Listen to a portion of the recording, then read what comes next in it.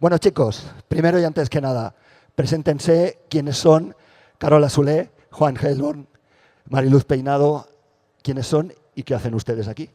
Buenas tardes, yo soy Carola Solé, soy periodista de Barcelona y en los últimos 10 años he sido corresponsal aquí en América Latina, he estado en Venezuela, en México y ahora en Río de Janeiro. Y bueno, yo les presento el trabajo Balas Perdidas con la agencia France Press, que es un trabajo colectivo que hicimos entre Río de Janeiro y París.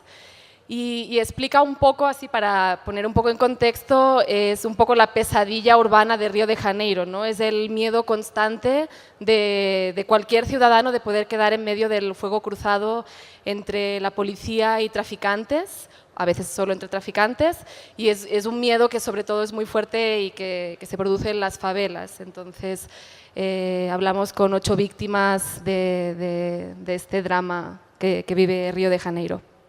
Juan, cuéntanos, ¿qué hace usted aquí? ¿Sí? Hola. Ahí. Hola. Soy Juan Heilborn, soy diseñador gráfico y editor de Asunción, Paraguay. Vengo del medio de periodismo ilustrado El Surtidor. Tengo el honor de representar a mis compañeros Alejandro Valdés, Maxi Manzoni, Jazmín Acuña, Leda Sostoa, Robert Báez, Nico Granada. Y del trabajo del que les voy a hablar también participaron Nadia Gómez y Fernando Ferreira. Es un trabajo colectivo, es un reportaje ilustrado diseñado específicamente para mobile sobre el Chaco paraguayo, que, diciéndolo más brevemente, es la zona con la deforestación más acelerada del planeta en este momento. ¿Y usted, Mariluz Peinado? Bueno, pues yo soy Mariluz Peinado, vengo de España y vengo a presentaros un proyecto que se llama 28 días, 28 historias para luchar contra el tabú de la regla, de la menstruación. Es un trabajo colectivo en varias plataformas y que junta texto, vídeo, ilustraciones y bueno, como dice su nombre, es un trabajo que publicamos en Verne, que es una web del diario español El País, y como dice su nombre, está compuesto y con el objetivo de intentar hablar de algo que nos ocurre a la mitad de la humanidad y de lo cual se habla bastante poco y públicamente. Si os parece, vamos con el primer videíto, Balas Perdidas, de Carola, y que después de los videitos nos explicáis un poquito más a fondo vuestros proyectos.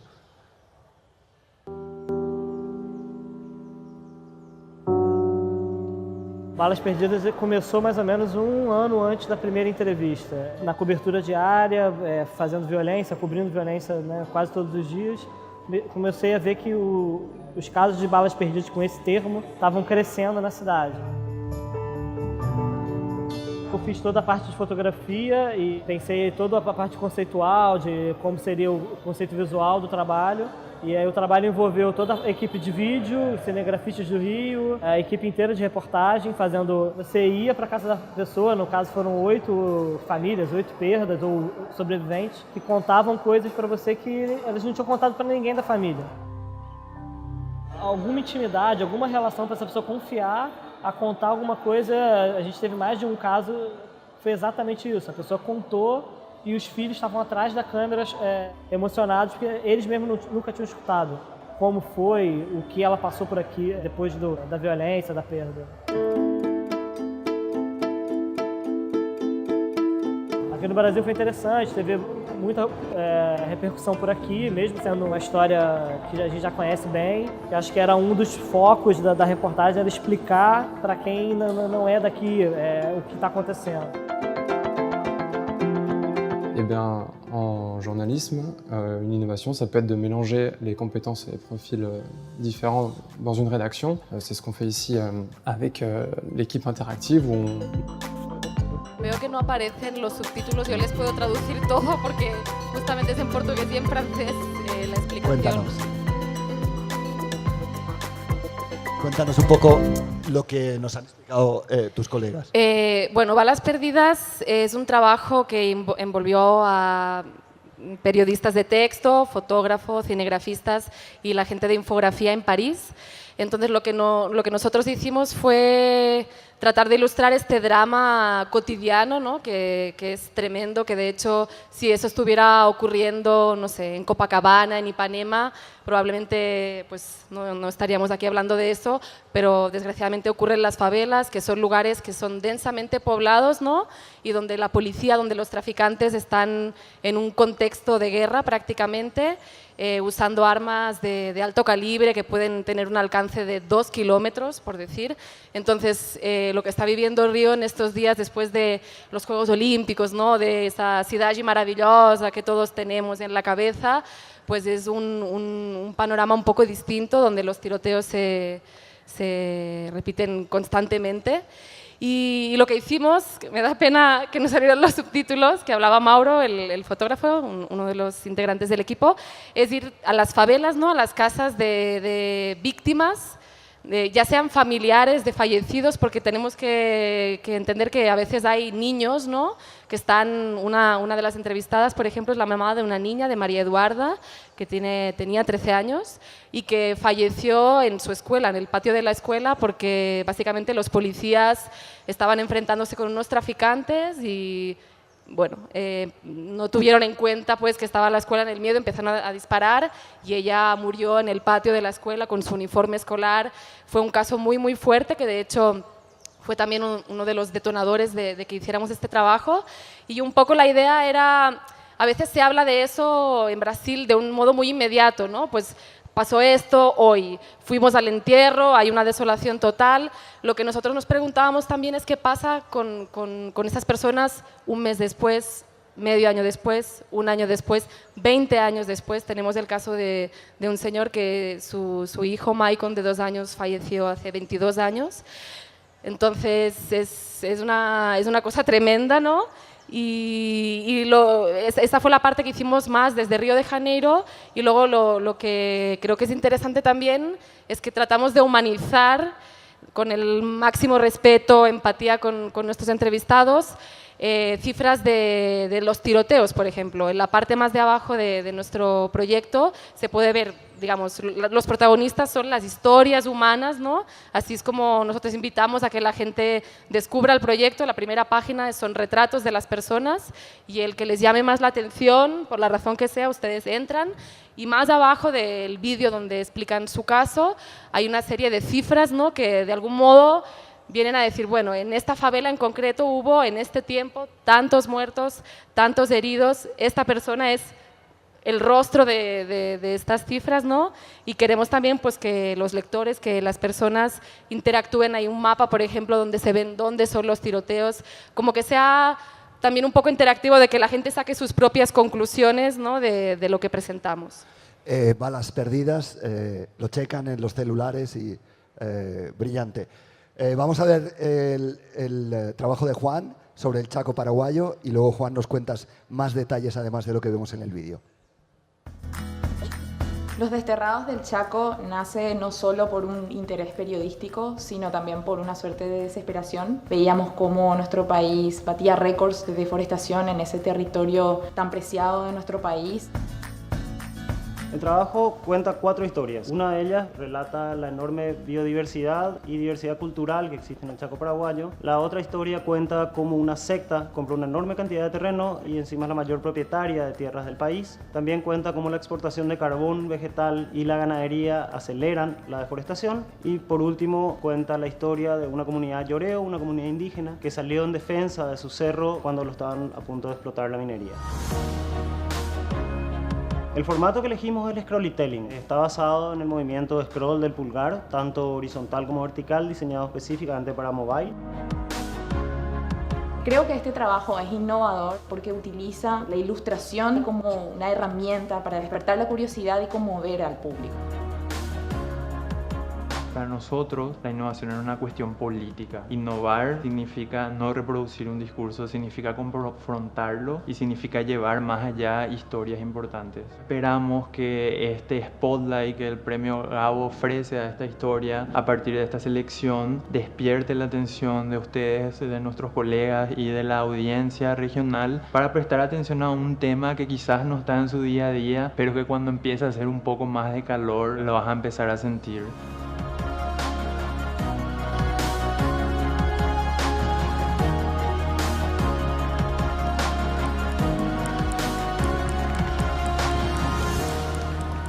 Juan, innovación con dibujitos. ¿Ha habido algún colega más de la vieja escuela que me ha dicho, bueno, pero ¿esto qué es? Se hizo con dibujos toda la vida. Es muy viejo en realidad. Bueno, voy a explicar un poco de la cocina, ¿no? Con un equipo de 8 personas, el año pasado estábamos ante la necesidad de narrar un terreno que es inhóspito, que es muy grande, pero que también tiene una diversidad cultural y biológica muy importante, que es el Gran Chaco. Se reparte entre Bolivia, Argentina y Paraguay. Ese lugar, como decíamos en el video, sigue batiendo récords de deforestación, y no solo el gobierno se preocupaba por eso, sino que en ese mismo momento saca facilidades legales para aumentar la tala, ¿verdad?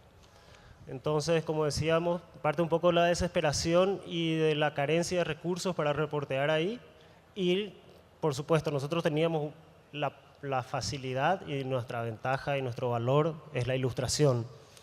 Entonces, en un proceso de reporteo y de mucha exigencia en la presentación gráfica, y también de mucha conciencia en otorgarle al usuario, la usuaria, el control del tiempo y en la inmersión en la historia, el volver atrás, en definir cuándo quiere profundizar la información.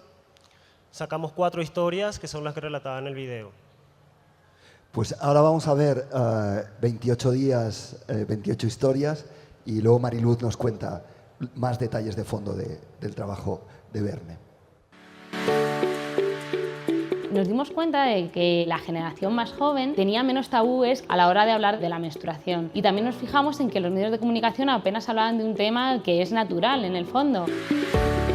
28 días es un especial, ha hecho el equipo de Verne del País. Está compuesto de 28 historias distintas que tratan de abordar de distintos ángulos el tema de la menstruación. Puede parecer un poco raro hablar de la menstruación, pero por eso lo hacemos, porque ahora todavía hay muchísimos tabúes en torno al tema. Y cuando me vino Nadie te dice nada. A mí no me contaron que eso iba a pasar, me lo contaron cuando ya había pasado. En Verne, cada historia tiene un formato que es el que mejor le va. Por eso este proyecto tiene vídeo, galería fotográfica, tiene textos en primera persona, mapas, gráficos, tiene muchos formatos distintos para contar muchas historias distintas.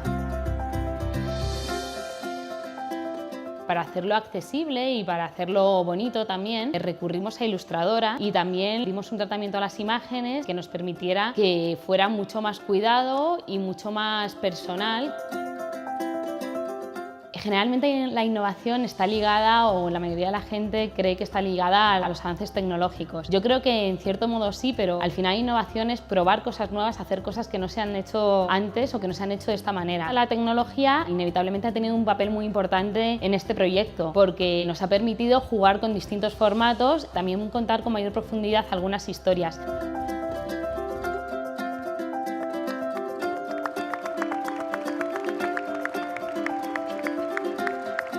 Cuéntanos, 28 días, 28 historias. ¿Qué hay dentro de eso? Aparte de todo el equipo que se ve, porque evidentemente tú estás aquí, pero hay mucha otra gente. Efectivamente, es un equipo muy amplio. De hecho, podemos contar que unas 30 personas participaron de alguna manera, entre personas que hicieron textos, ilustraciones, fotografías, diseñadoras, técnicos, vídeo. Es que es un proyecto muy amplio, porque bueno, jugamos con la idea de los 28 días que dura de media el ciclo menstrual, y con eso diseñamos un calendario en el que cada día fuera una historia distinta y pudiéramos abarcar un tema tan amplio y tan poco contado, pese a llevar con nosotros toda la vida, que nos permitiera hacer una radiografía 360 del tema.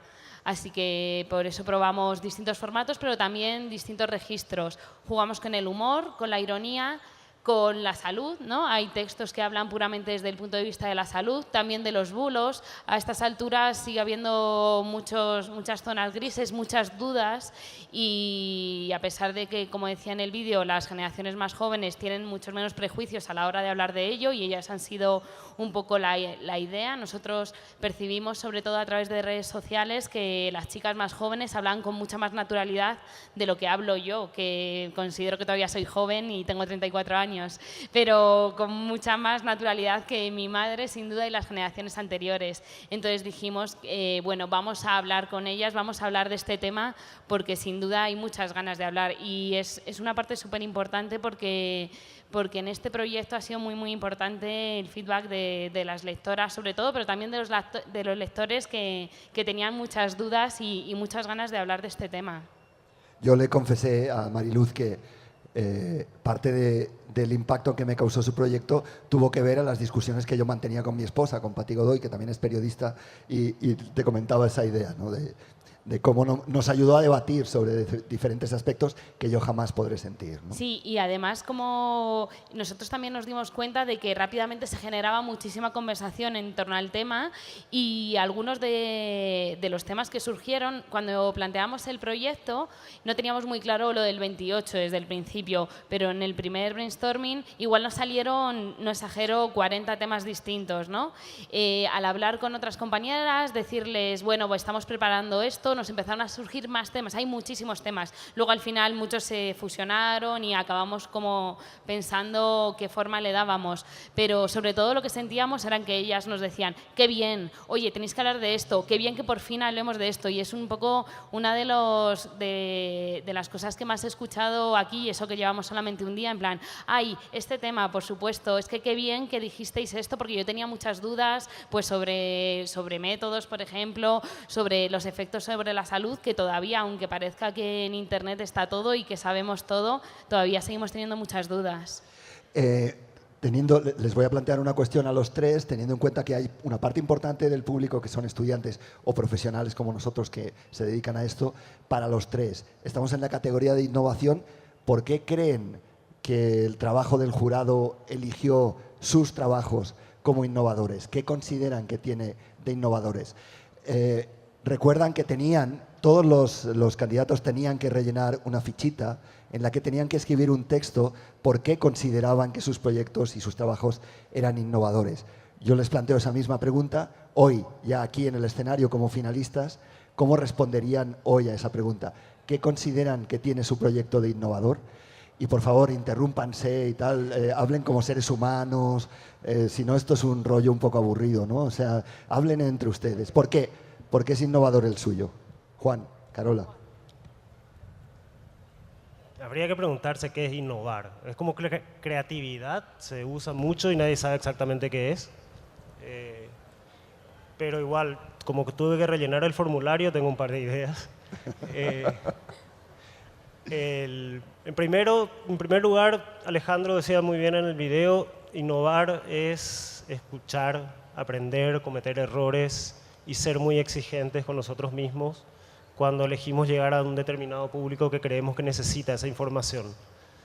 Innovar también, para mí personalmente, muy importante es mezclar un montón de cosas que otra gente la hace muy bien y tratar de que funcionen. Por ejemplo, la navegación mobile, que los programadores son unos genios para que funcione tan bien, con una dinámica de lectura que a mí me recuerda mucho a los libros álbum, a los libros de primera infancia, donde la ilustración tiene una preponderancia y se complementa con el texto, con la redacción, y una redacción breve, precisa, seductora.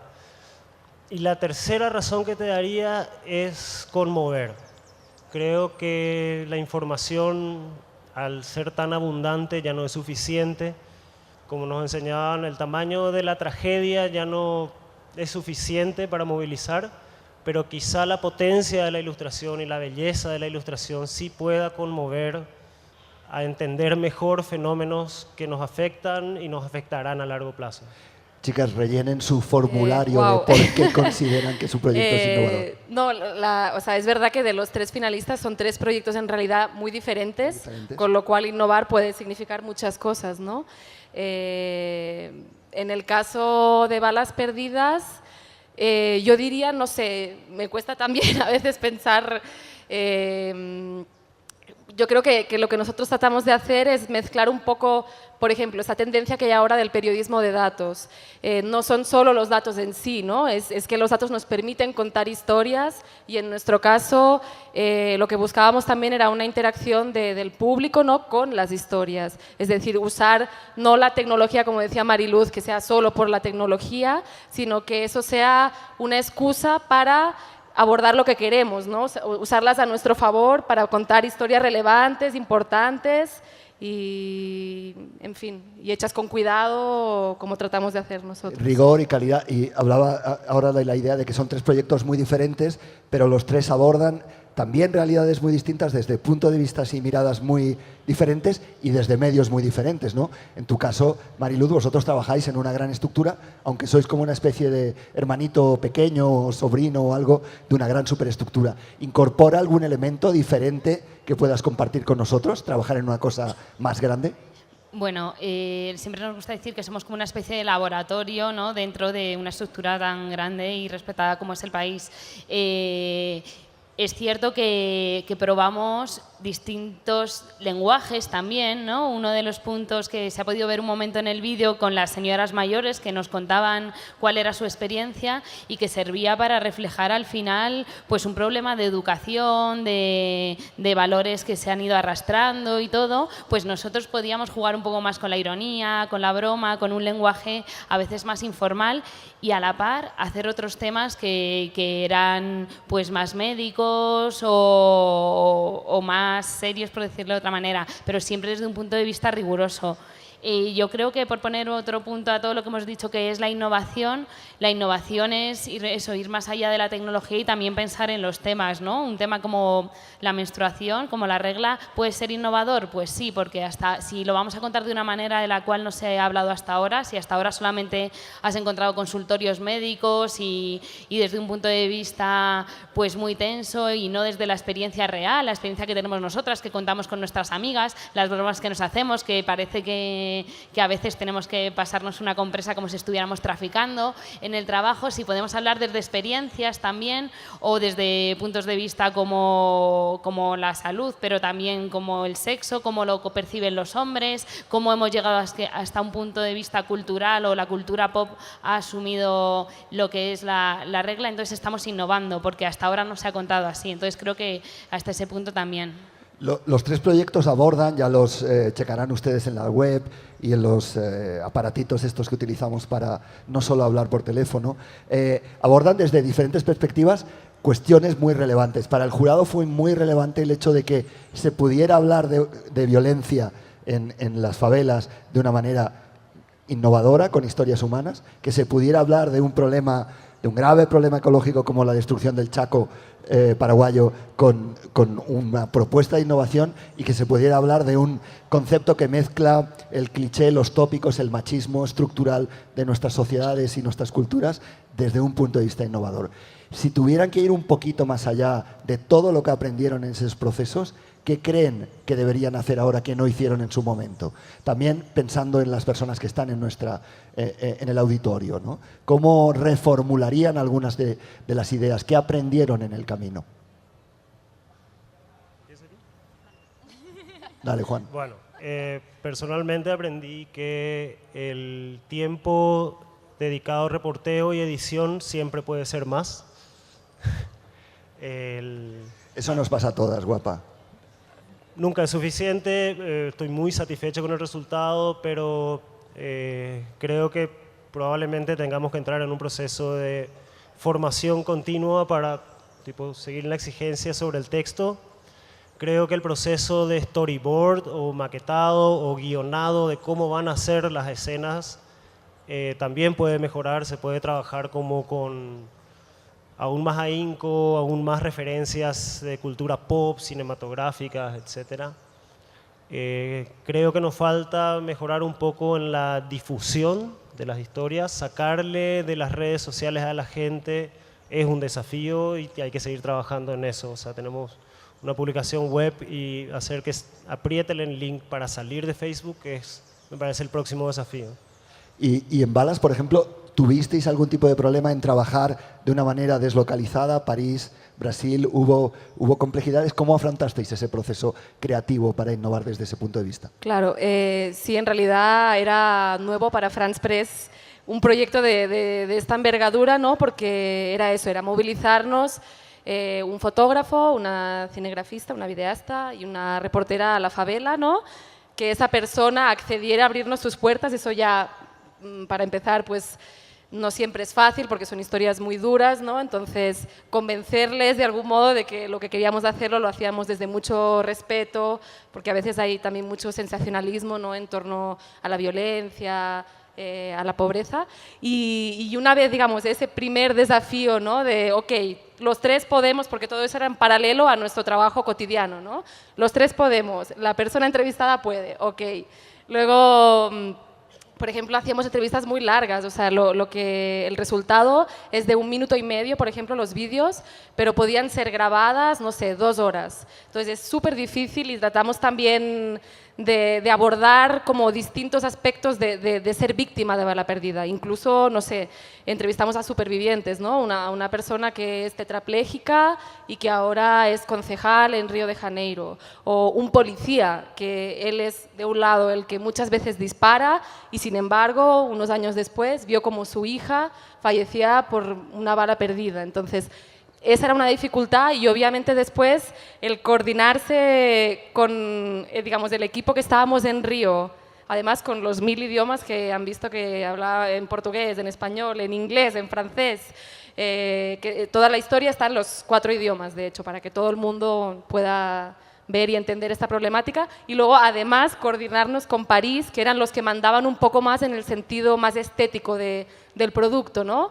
Entonces creo que hablando medio en francés, medio en español, medio tal, y realmente fue muy lindo y todos creo que dentro de que los periodistas, aunando lo que decías hasta ahora, somos seres insatisfechos por naturaleza, ¿no? Que nunca uno queda contento suficientemente con su producto, creo que logramos entendernos y fue un reto, de hecho, coordinar por teléfono con 1000 reuniones a través del cable, ¿no? Ponernos de acuerdo. Y Mariluz, en vuestro caso, hay una cosa que destacamos en el jurado a la hora de valorar 28 días, y es que abordabais con mucho rigor y mucho trabajo la parte reporterística del proceso, pero que había mucho humor, ¿no? O sea, ¿cómo manejar esa delicada salsa para ponerle a la ensalada sal, pimienta, aceite, vinagre? ¿Cómo manejar el humor en situaciones como estas, por ejemplo? Bueno, en esto yo creo que tengo mucha suerte porque parte del equipo es un equipo muy joven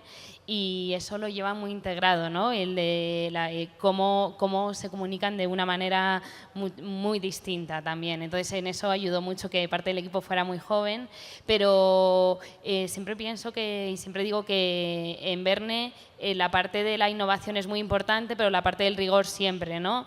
Así que primero pensábamos eso de qué queremos contar, cómo lo queremos contar, pero siempre teniendo muy claro qué era lo que queríamos contar, y en eso, por mucho que intentemos utilizar nuevos lenguajes o nuevas plataformas o redes sociales o probar muchísimo o ser muy jóvenes, la base es que estamos haciendo un trabajo periodístico y encima dentro del país. Entonces eso es muy importante. Las fuentes son las que son. Acudimos a ellas, confirmamos y luego pues intentamos hacerlo de una manera en la que a mí me gustaría leerlo, porque si voy a contarlo de la misma manera un poco enciclopédica, pues para eso está Wikipedia, en la que me explique por qué pasa esto desde el punto de vista de la salud, pero el objetivo era poder contarlo como yo hablo con ello de mis amigas, y estoy segura de que muchas mujeres hablan así con sus amigas, entonces teníamos que poder hacerlo así y hacerlo de una manera distendida, porque si no, no íbamos a conseguir ir un paso más allá eso, exactamente innovar, y vamos a reproducir lo mismo que se había hecho hasta ahora. Oye, Juan, las chicas trabajan en grandes estructuras periodísticas, ustedes andan por ahí, todo su equipo y tal, son una especie de fuera de la ley que trabajan en Asunción, como pistoleros del Far West, ¿no? Del Hollywood. Cuéntanos un poco si crees que para innovar dificulta, teniendo en cuenta también las necesidades y los planteamientos que pueda tener nuestro público hoy más joven, si eso dificulta o de alguna manera es un empujón para innovar. Todavía no estamos fuera de la ley. De momento. Creo que en mi caso, no sé, en los medios grandes siempre se dice, pero vamos a ver qué dicen las chicas, que es más difícil innovar en estructuras grandes. Las estructuras pequeñas tendemos a ser más flexibles, estamos obligados a ser flexibles, a aprender rápido, a cambiar rápido, a mutar rápido. Y un poco creo que innovar o seguir explorando constantemente es un poco el sino de nuestra organización. No hacemos solo periodismo gráfico, hacemos podcast, que también es de alguna manera periodismo visual. Hicimos crónica, queremos volver a hacer crónica larga. O sea, estamos siempre en constante búsqueda de formatos y metodologías que nos permitan llevar contenidos a una audiencia que creemos que los necesita y conmoverlos y cautivarlos y hacerlo parte de nuestra comunidad. Una cosa que decíamos antes relacionada y que queríamos compartir es que a lo mejor en los proyectos de innovación los géneros son mucho más líquidos, ¿no? En plan, ¿qué es esto? ¿Esto es un documental o es un fotodocumental o es una crónica o es un juego? Bueno, pues es un poco de todo, ¿no? Mientras que quede claro que tiene una base rigurosa, porque para eso estamos hablando de un proyecto periodístico, todo lo demás que se puede mover mucho más, y en eso es cierto que yo creo que las estructuras pequeñas, la parte mala es que están obligados a hacerlo, ¿no?, para sobrevivir, pero la buena es que te puedes mover mucho más rápido. Creo, si no me dice nada Emi, tenemos tiempo para unas preguntas y tal, y veo que allá hay una mano alzada, aquí otra. Empecemos por allá al fondo, por favor, y nos dicen su nombre, quiénes son, y le preguntan directamente a las chicas si hay al fondo.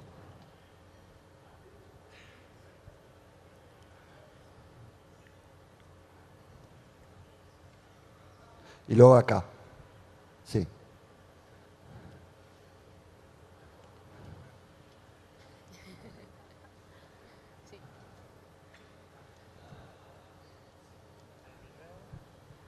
Buenas tardes, mi nombre es Julia Soto, estudiante de Comunicación Social de la EAFI.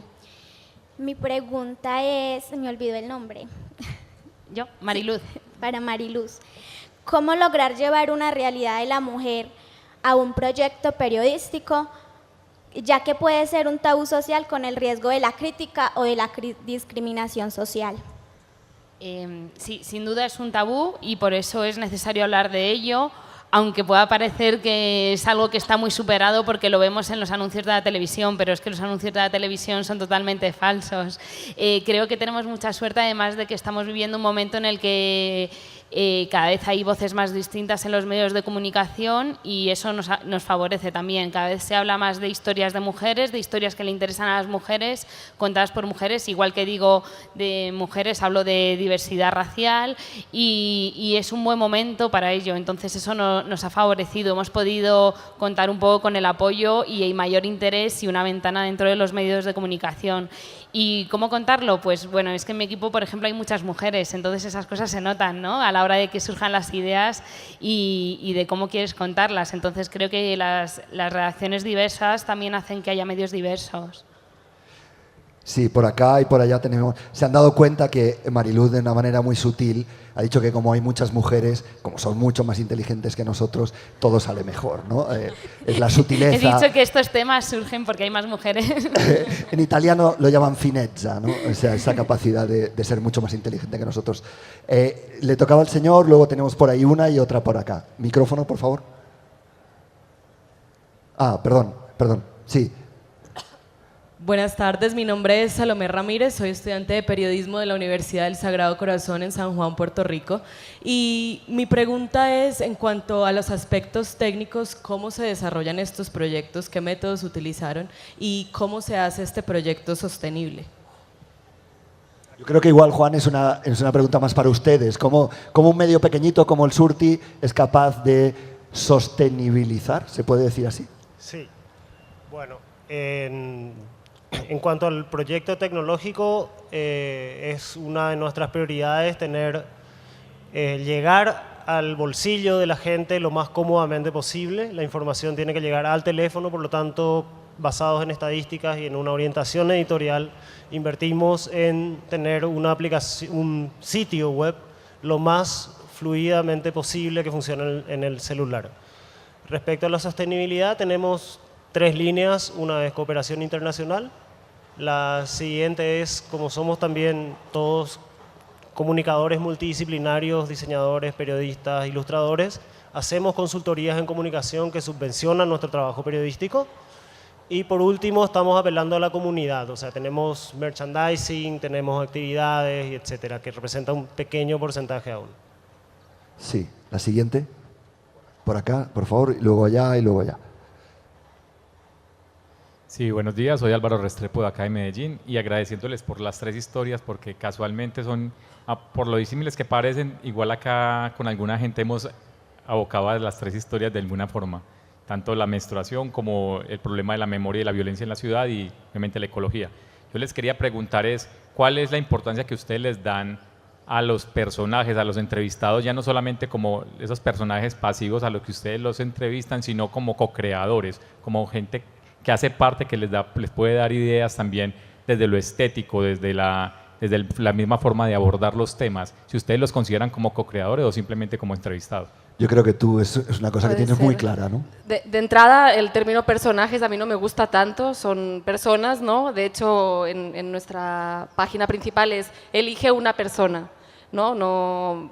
Porque al final somos personas, ¿no? Ellas en una situación muy particular y muy difícil y nosotros que vamos en un momento a tratar de explicar con el mayor respeto su historia, pero bueno, lo que yo creo es que siempre se tiene en cuenta, por lo menos nosotros, creo que se abordó en mesas anteriores el no ponerlos en peligro, por ejemplo. O sea, por ejemplo, hay personas que queríamos que estuvieran en el proyecto, pero que por circunstancias vitales pues no podían estar. Por ejemplo, hubo una mujer que estaba embarazada y recibió, una historia loquísima, un tiro en su bebé, ¿no? en la barriga. Entonces el bebé logró sobrevivir y al cabo de unos días murió. Nosotros un tiempo después tratamos de contactarla, pero ¿qué vas a...? O sea, te dicen que no, pues obviamente, por ejemplo, esta persona pues no la vamos a entrevistar. Entonces siempre, nosotros por lo menos yo traté de hacerlo, de enviarles un poco un feedback, mira, vamos a hacer esto.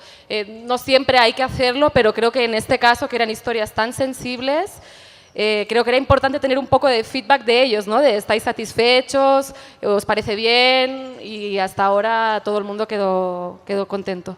Muy bien. Tenemos otra pregunta por acá y por allá. Sí.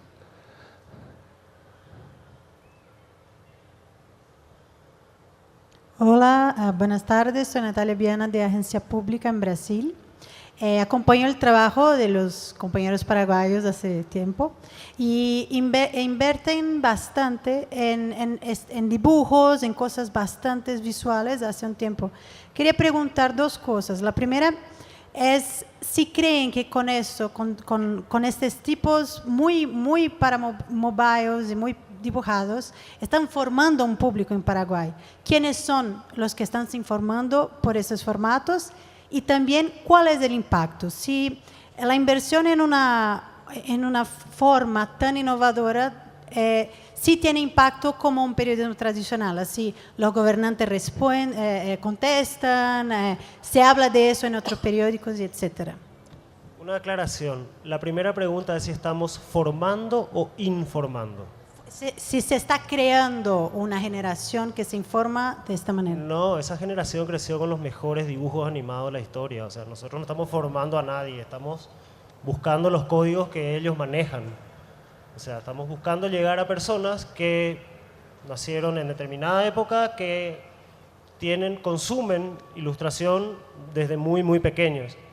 Aparte, están marcados en una tradición de periodismo ilustrado de toda la región, de ser periodismo de resistencia antihegemónico. ¿La segunda pregunta?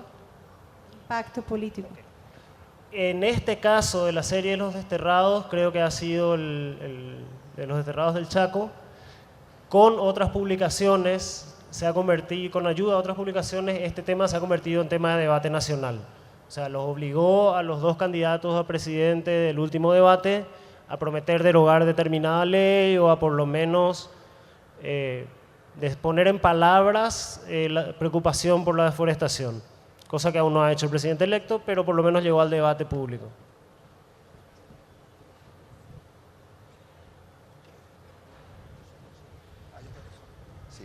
Sí. ¿Tenemos tiempo, Emi? ¿Cómo vamos de tiempo? Antes de que llegue la tormenta. Ok. Sí, nos quedan un par de preguntitas más por allá. Aquí hay otra. Sí. ¿Dónde está el señor que va a preguntar? Corriendo. Hola. Muy buenas. Buenas. Mi nombre es Harvey Palacios Bejarano, vengo de la ciudad de Montería, departamento de Córdoba, estudiante de Comunicación Social de la Universidad del Sinú Elías Bechara Zainún. Y la pregunta es para Mariluz, felicitarla primero por su trabajo a 28 días y preguntarle si los movimientos feministas en el mundo, pues por este premio, este trabajo, la han felicitado o la han cuestionado, especialmente sus representantes a nivel mundial. Y para Balas Perdidas, también felicitar por su trabajo y preguntarle si dentro de ese trabajo sabemos que hay personas con discapacidad o que han adquirido una discapacidad por una bala perdida, si usted trabajaría con este tipo de población que también son personas víctimas de balas perdidas. Gracias. Chicas, directo y a la cabeza, o sea, rapidito. Bueno, no puedo hablar de líderes del movimiento feminista, pero sí que el feedback de este proyecto ha sido maravilloso por parte de las lectoras. Y de hecho, bueno, nosotros abrimos redes sociales en todas las redes sociales, Instagram, Twitter, Facebook, y parte de los artículos surgieron del feedback que nos daban las lectoras. Por ejemplo, hicimos una entrevista a una ginecóloga a través de Instagram Stories o recopilamos testimonios que ellas nos daban. Entonces, bueno, no hablo de los movimientos feministas o de líderes feministas, pero sí de las lectoras. Hemos tenido un feedback buenísimo, la verdad. Y sobre la pregunta, sí, de hecho, nosotros, como comentaba antes, hay una entrevistada que de hecho quedó parapléjica, que si ven el vídeo es una mujer que tiene como un respirador artificial. Entonces nos parecía importante no solo explicar las familias de las víctimas, sino las propias víctimas que siguen vivas, ¿no? Y tienen que seguir sus vidas con todo lo que eso les conlleva. Siguiente pregunta. Buenos días, mi nombre es Thais de Mendoza, yo soy profesora de periodismo en Brasil. Yo tengo una pregunta para Carola. Carola, ¿cómo hacer esta explotación de este tema que es tan difícil en Brasil, las balas perdidas, y no caerse en la trampa del sensacionalismo o del populismo? Gracias. Yo sobre eso sí me gustaría añadir una cosa al jurado, tanto a Mariate como a Ana como a mí. Uno de los elementos de por qué este proyecto está aquí es porque pudo responder a esa pregunta. Ella te la va a responder ahora, pero nosotros como espectadores en el jurado tuvimos la capacidad para ver que habían sido, con un tema tan tratado en Brasil, tan complejo, con tanta sensibilidad metida por medio, habían hecho algo que a nosotros nos sorprendió, ¿no? Teniendo en cuenta además que Ana es brasileña y es reportera y conocía perfectamente el desarrollo del trabajo. Disculpa, he parecido mansplaining y tal, pero no era mi intención, ¿eh? Disculpas. Es difícil responder a eso, pero creo que al final nuestro trabajo consiste en escuchar a las personas, ¿no? Entonces fuimos ahí a su lugar donde ellos se sintieran cómodos, o sea, nos desplazábamos siempre a sus casas, no importara dónde fuera. Entonces a veces decían, bueno, pero mi casa es muy sencilla o tal. Decíamos, no te preocupes. Además, si ustedes ven los vídeos, decidimos por una cuestión de estética y de enfocarnos como en su testimonio, poner un fondo negro, con lo cual realmente no se veía nada, no se identificaba nada.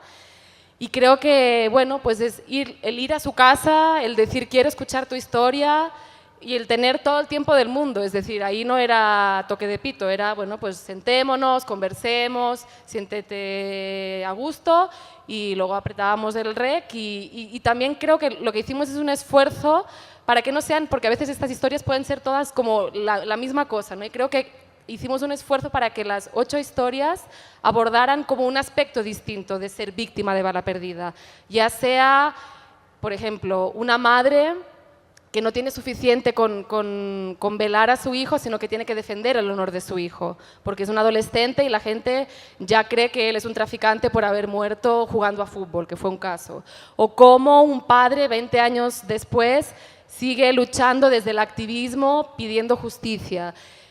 Creo que no es, el dolor es como el hilo conductor de todas las historias, pero creo que tratamos de que cada una fuera diferente y cada una abordara un aspecto distinto de esta tragedia.